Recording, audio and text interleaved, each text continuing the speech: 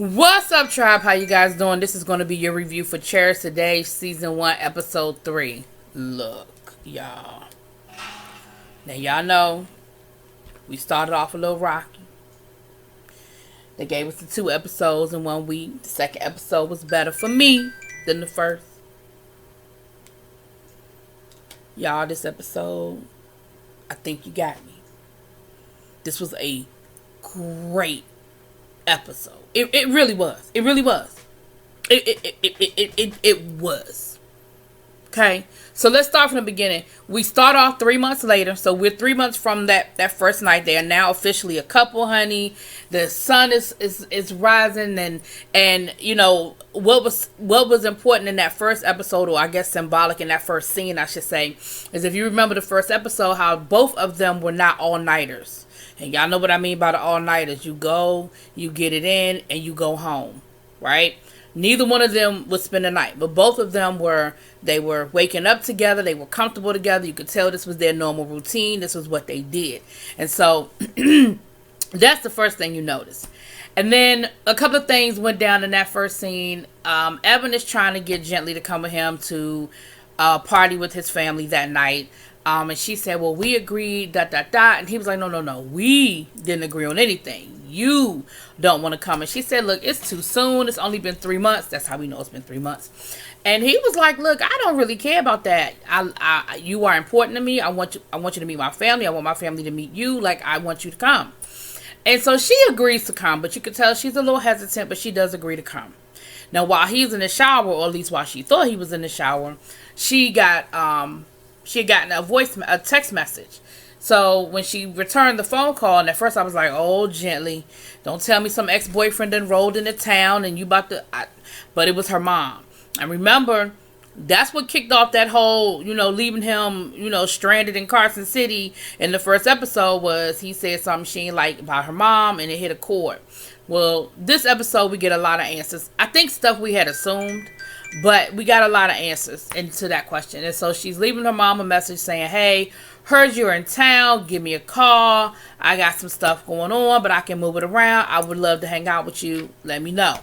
So she thought Evan was in the shower, but he wasn't. I'm not sure how much of that first message he heard, but he definitely heard her on the phone leaving that message.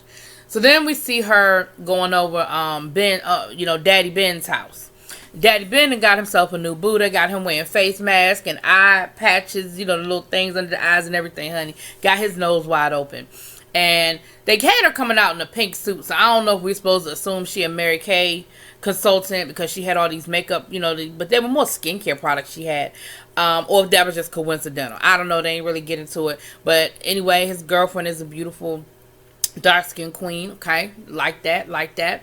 And, she said, look, I need to talk to you about something. He said, I know, your mama in town. He said, let's talk about it. He was like, look, she can't stay here. She talking about something.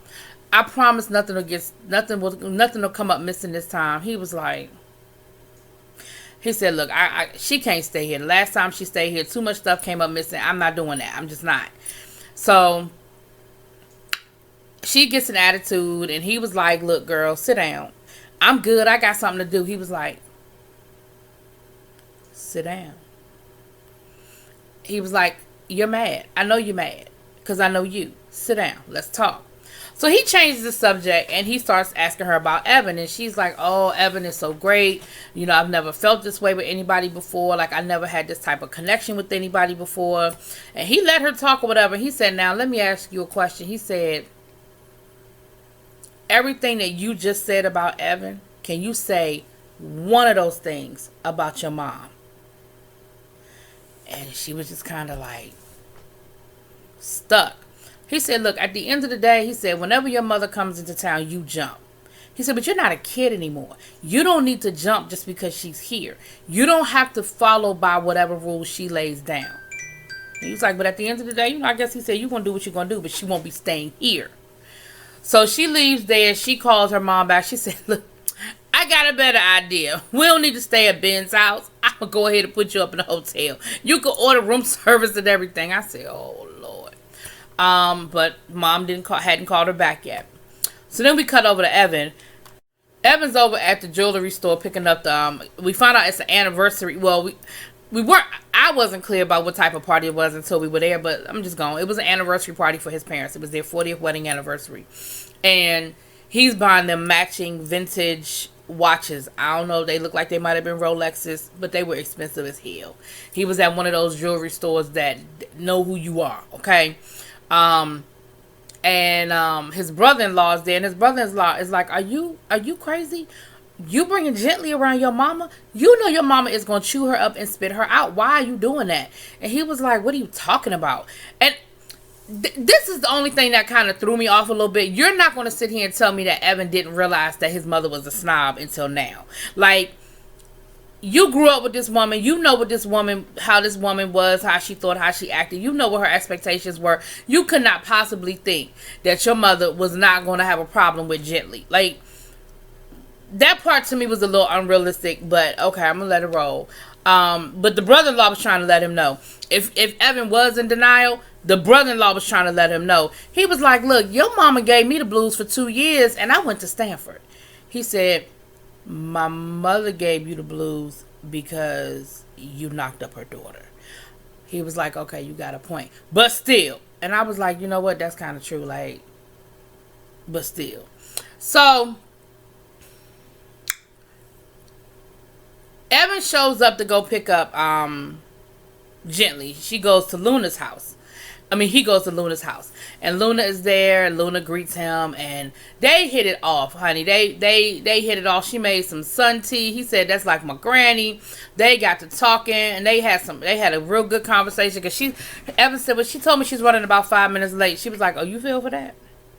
You fell for the banana in the tailpipe? Okay, I'm glad you think it's only going to be 5 minutes. You better go on and get comfortable. And they got to having a really good conversation, you know. So then Gently comes running in, honey. She ain't even dressed, okay? She talking about something. I'll only be 5 minutes. Luna looked at him and was like, you might as well go and get comfortable. We're going to be here for a few minutes. So they got to talking about music. And we know how Evan feels about music. And they got to talking about Quincy Jones. And she knows, she said it like, oh yeah, Q sent me that album. And he was like, you talking about Quincy Jones? She was like, he's the only Q that matters. I said, I know that's right, Miss Luna. I know that's right. So before I get to that, there was a bullet. It wasn't a hole all the way through, but you could tell a bullet had pierced her window. And she caught him looking at it. And she said, oh yeah, she said, that's my, I don't know what word she used, but it was like a badge of honor for her from the 92 uprising. She didn't say riots. And then they proceeded to have a whole conversation about the fact that they weren't riots. They were, they were the uprisings. They were the, in reference to the Rodney King verdict. And she was saying, enough is enough. And she said, I wear that proud. I wear that bullet hole proud. And if I could have, I'd have been out there with them. She said, but honey, I wouldn't have been around here. I'd have been up in Beverly Hills because that's where the real loot is. I said, I know that's right. Because see, that's where I'm going to. Okay? I'm with Miss Luna. I'm going to Beverly Hills. So he put the album on and he knew who the original composer was because it wasn't originally Quincy Jones. And she was like impressed, She was like, how you know? And he asked her to dance. And baby, let me tell you something. I just don't know if we give enough roses to Miss Cicely Tyson. Miss Cicely Tyson at all 90, however many years old. I know y'all gonna tell me in the comments how old she is. She's in her 90s. She got up, honey, and they were dancing and they were having themselves a good time. And I was just sitting here watching that scene and I was just in total awe of the treasure that Cicely Tyson is. Y'all know what I'm saying? Like, I don't know, y'all. I can't even put it into words, but child. Anyway, honey. So they leave there and they end up going to the hair salon. They took his niece to the hair salon. Remember his niece from the first episode. And her hair is pink, honey. And she's getting her hair done. And the hairdresser, the girl doing her hair is her friend. And so they got to talking. And, she was saying how her mom was in town. And, she wanted to try to catch her with her mom, whatever. Her friend told her point blank, like, look. she said it in a real nice way, but she basically was like, your mama ain't on nothing. You know that, you're going to be running around here, rearranging your life for your mom to basically treat you like trash, like she always does. You better go over to your man's house and go have yourself a good time. Because while she was at the salon, she called her mother again. So that is the third time she's called her mom. Her mom ain't called her back, ain't texted her, ain't nothing. And this time, Evan actually did overhear the phone call, and he asked her about it. And he told her, he was like, look, I ain't trying to pry, but I heard you. You know what I'm saying? And she said, yeah, it's my mom. She's in town. And Evan was like, okay, well, you gonna go see her? Like, what's going on? And she said, well, we're trying to, basically she was blowing it off like it wasn't a big deal and that they would hook up or whatever. And then Evan did that thing that I don't like, and then he want to try to fix it. Well, can I help you? Can I take you? Can I pick you up? Can I do? What can I do? What can I do? You can't do nothing, Evan. And I know you want to try. I know it was all coming from the right place, but you can't do nothing, Evan. You can't do nothing. Oh, did I mention that Gently looked beautiful? She had this beautiful dress on, and her hair, her makeup, honey. She looked good, okay? So the niece once again reiterated the fact that her and her mom are just not on the same page. They just don't click. They just not on the same page, honey. And she went on to, Gently and her friend went on to have a conversation about how, she really feeling Evan, and, she's nervous about going to see the mom, but, she didn't admit that. The friend deduced it, So they pull up at the party, and Grandpa's out there. Now, what we immediately figure out is that Grandpa got a little bit of a drinking problem. Because the first thing Evan said to him was, take it easy on the sauce. And he was like, oh, we doing that now? He was like, I'm good. And then later on in the episode, the sister makes a comment to Evan talking about something, and Dad has had more than one drink. Evan was like, yeah, I got it. So clearly Daddy has a little bit of a drinking problem, Immediately, you could tell that Evan has been talking about Gently, even though Daddy called her Gentry. But he meant well. He was a sweetheart. He gave her a hug and all that good stuff. But I think in the back of his mind, he was like, like, I know this is not going to go down well. They go into the party. They roll up on Evan's mom. Evan's mom hanging out with her sorors, honey. And first thing out her mouth is, oh, I can't wait to meet Gently, but she better not be a Delta. And she's an AKA, and all of her sorors were there, they're AKAs. So 2 assumptions were made in that moment. 1, you're assuming she went to college. 2, you're assuming she pledged. Because 1, everybody that went to college didn't pledge, and 2, everybody didn't go to college. But again, just the fact that her automatic assumption would be that anybody that my child is dating did those 2 things. You know what I'm saying? So, and everything seemed to go off decent in that first conversation. I mean, you could tell that the mama was filling her out, but when Gently walked off and she saw that tattoo on Gently's neck, honey, she wasn't feeling the tattoo. She wasn't feeling the tattoo at all, honey.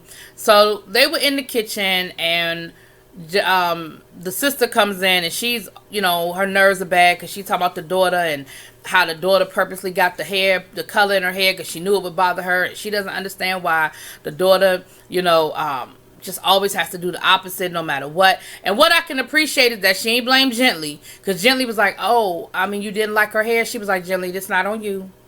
I appreciate it. Thank you for taking her to get her hair done. This is between me and her. I can appreciate that in the moment she ain't blamed Gently. Now, that don't mean that later on Gently won't get nothing. But in that moment, she ain't give it to her. We find out that Evan got a promotion. He has now been offered the position of VP. And he was saying, and the sister was like, oh my gosh, congratulations. Oh, I can't wait to brag on my brother who's VP. And he was like, well, I'm not sure yet. I'm still thinking about it. And he was like, what you mean? She was like, what you mean thinking about it? Like, you just got offered VP of, like, one of the best tech companies, da-da-da-da-da. And he was like, well, I'm just not sure. Like, things are going really well with my app. And I'm just not sure if I want to, if I want that position, because I ain't really planning to be there, And the sister was like, don't be stupid. Like, boy, take the job and stop playing with me.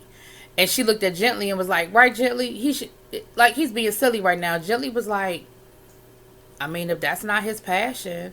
Honey, the sister looked at Gently and said, passion makes you, what she say, makes you feel good, but it does not feed you. I said, oh Lord, well, no.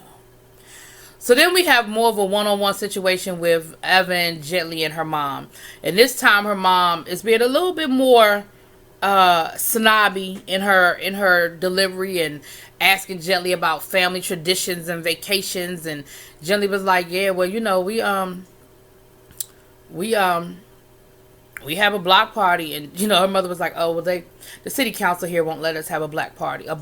You know, it's just it's going to be too much noise, too loud. And, you know, but she's throwing that, you know, that upper middle class shit at her now. You know what I mean? The you know, the expectations of who we are and what we expect. And she's being condescending, but not outright rude. But, I mean, anybody can see through those lines. You know what I'm saying? Gently gets a phone call. So then the mother Gently tells about her taking care of Luna, and she starts trying to explain who Luna is. And her mother was like, I don't watch much TV. Let me go talk to the DJ. He's playing the wrong music. I said, oh, okay. So then she gets a phone call from her cousin. Cousin's calling her saying, yeah, you know, your mama is over here, honey. You know, are you coming through? Everybody's over here. We got stuff on the grill. They outside playing space. That's how you know it's a black party, honey. They was outside playing space. And she said, but you know your mama can't stay here. I said, dang. She done burned all her bridges. She said she can come over and have a burger and play some cards, but she cannot spend the night. So Gently was, I guess, trying to balance out, like, okay, you know, all right, well, I'll be through there. So she's going to talk to her mother, and she's going to say, so, Mom, were you going to call me? Like, she said, well, I'm good, girl. Yeah, I was going to call you. Stop tripping. You know, you so sensitive. Y'all, Gently so sensitive. She always been so sensitive. I said, oh, Lord. So then she going to say, yeah, I need $85 for my bus ticket back. And yeah, and you know what? Instead of getting me a hotel room, you can just give me the money. That'll take care of the ticket. I said, but where you gonna sleep? Because nobody's gonna let you stay at their house. You better take that hotel room. So then she gonna say,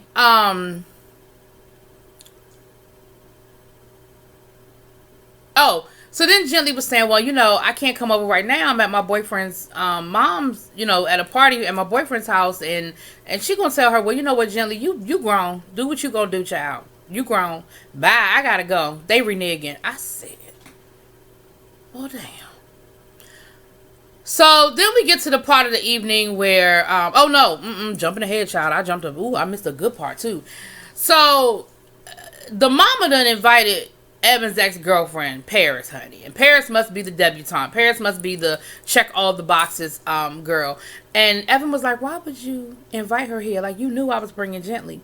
She was like, Gently, child, you know that ain't nothing. You know that ain't going nowhere. This is who you need to marry. You used to love Paris. And, you know, before you met Gently, you wouldn't have no, you know, you'd be jumping at a chance to get back with Paris or whatever. And he was like, Mom, I'm with Gently and I'm good.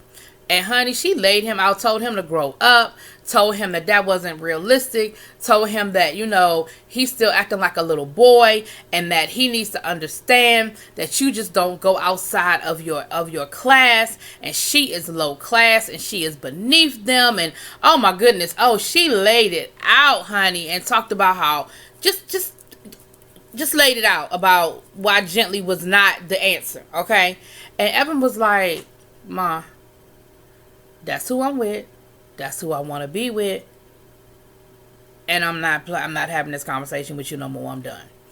So now we're at the part of the evening where they present the gifts and they do the whole speeches and stuff. So they get their gifts, and of course the gifts are beautiful and all that great stuff. And the sister gives her little speech, and then Evan gets up to give his speech. Well, you know, Evan is still pissed off. Now, what we found out in the sister's speech, though, which I thought was quite ironic, is that the mother and father came from different worlds. Mother was a debutante, was probably Jack and Jill, upper middle class, all of that, you know. And it sounded like daddy wasn't from that life. And they were high school sweethearts who got married and, you know, lived happily ever after. But part of what she was probably throwing at Evan was what she probably experienced in her marriage, was that, yeah, I married somebody that wasn't from my class, and these are the problems that we've had. She didn't articulate that, but that's how I sort of got it Because if you married somebody that was, wasn't from your world, quote unquote, why is it not good enough for your son? But anyway.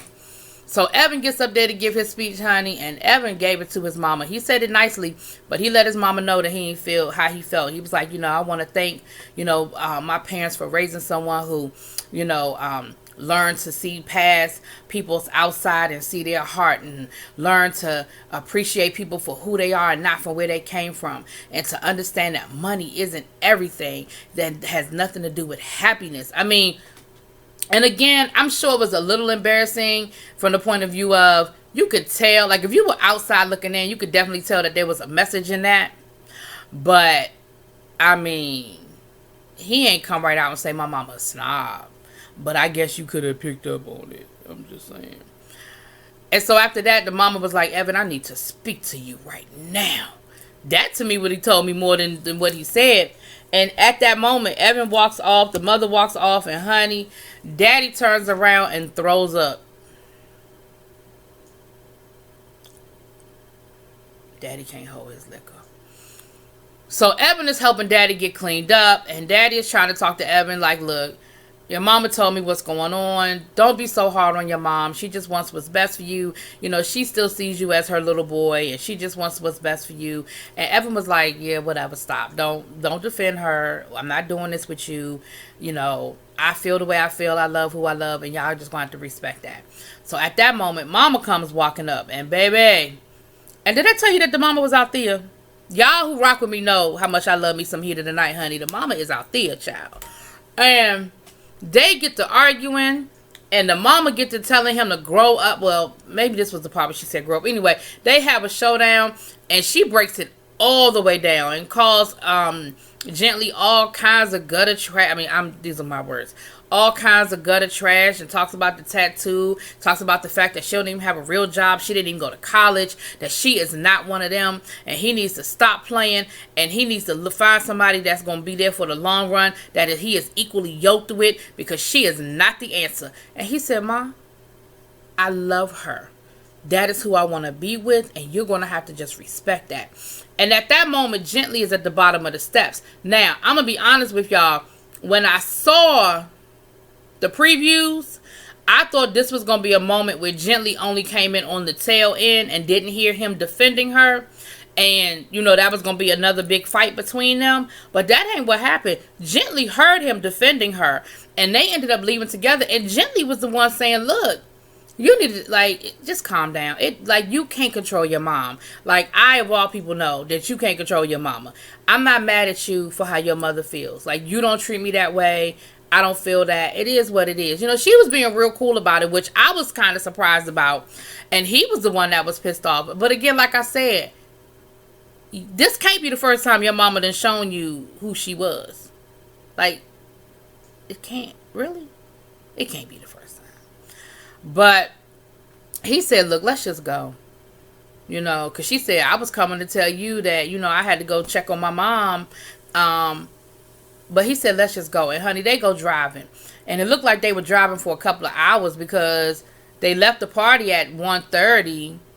But then they ended up laying on a blanket. They found somewhere and they laying on a blanket and they talking. And as they're talking, the sun is coming up. You can see the sun on the horizon. So they must have been out there for a couple of hours driving and laying down talking. And she told him, she said, no one has ever defended me like that before. Not even my own mother. When I heard you saying those things about me, it just made me feel some kind of way, and then she went on and then she opened up and told him the story of her mom. She said, the day my mother left, I came home from school. Everything was like it was. She had cooked some macaroni and cheese, was on the stove. Her clothes were in the closet.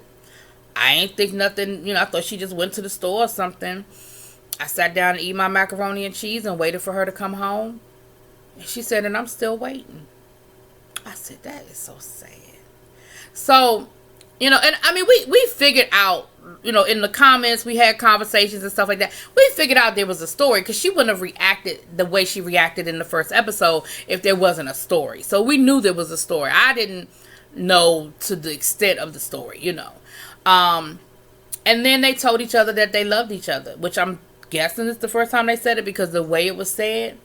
But you guys, this was a good episode. I enjoyed it. I did. They winning me over. Gently didn't get on my nerves this episode. She really did not. So I liked it. Y'all let me know what y'all think. Drop it in the comments. Peace.